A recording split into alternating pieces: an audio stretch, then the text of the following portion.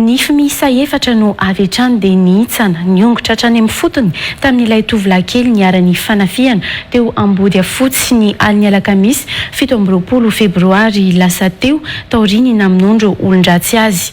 Mbola novelesina tamin'ny Coude Matraque ihany koa io tovolahy io izay hita tao ambadiky ny seza teo amin'ny trano fandraisam-bahiny namonoana ireo jiolahy azy io ny matraky izay potika mihitsy moa raha ny fanazavana.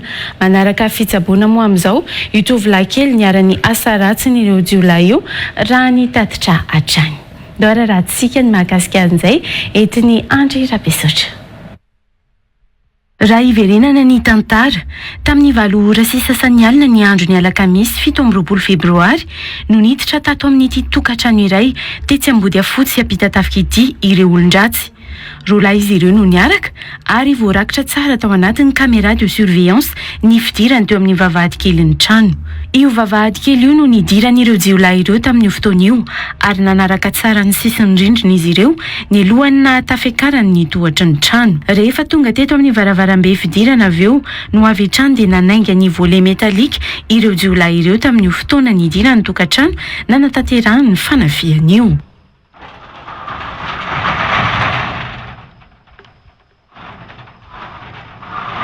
Ny totoy izao hita tamin'ny sary izao io varavaran'io no avy hatrany dia ningainy ireo olon-dratsy ka nahafahan'izy ireo niditra n'ity trano fonenana ity. Tamin'ny fotoana io moa nipetraka teo amin'ny efitrano fandraisam-bahiny nijery fahita lavitra ny zanaky ny tompontrano saingy avy hatrany dia niara-nidaroka nanovan'ireo olon-dratsy azy araka ny fitantarany rainy. Salonzia eo ambony canapé le zanaka lamatoa no mivelesana tamin'ny baramina ankibony a lohany a ny vavany a sanatria ny vava ohatra ny lasa reny simy reny izy a fa ny saraka roa ny molony a ny fony rehetrarehetra dia voa ny ala daholo tompoko.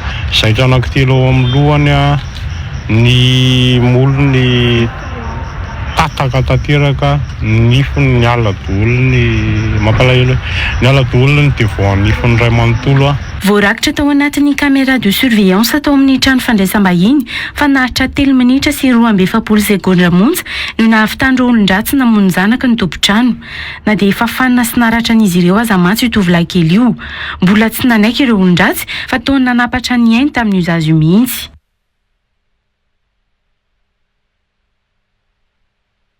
Nandritra ny fidinany fotony nataon'ny Real TV tao amin'ny tokantrano niara-ny fanafiana io. Mbola nahitana an'ireo nify noesorina tanteraka tamin'ny vavan'io tovolahy kely niara-ny famonoana io aza tao amin'ny tranon'izy ireo. Avy hatrany dia nongotan'ireo olon-dratsy mantsy ny nify ny efatra izay hita amin'ny sary izao ka ny telo tamin'ireo niongotra tanteraka hatramin'ny fakany mihitsy raha toa ka tapaka ny nify iray saingy mbola voatsokan'ireo olon-dratsy ihany ny fakany nifiny io zazy io. Hitan'ny tompontrano tao amin'io tranon'izy ireo ihany koa ity karazana fitaovam-piadiana matraque izay nampiasain'ireo olon-dratsy namonoana io zanak'izy ireo io raha ny fanazavana azo tamin'ny tokantrano voatafika io.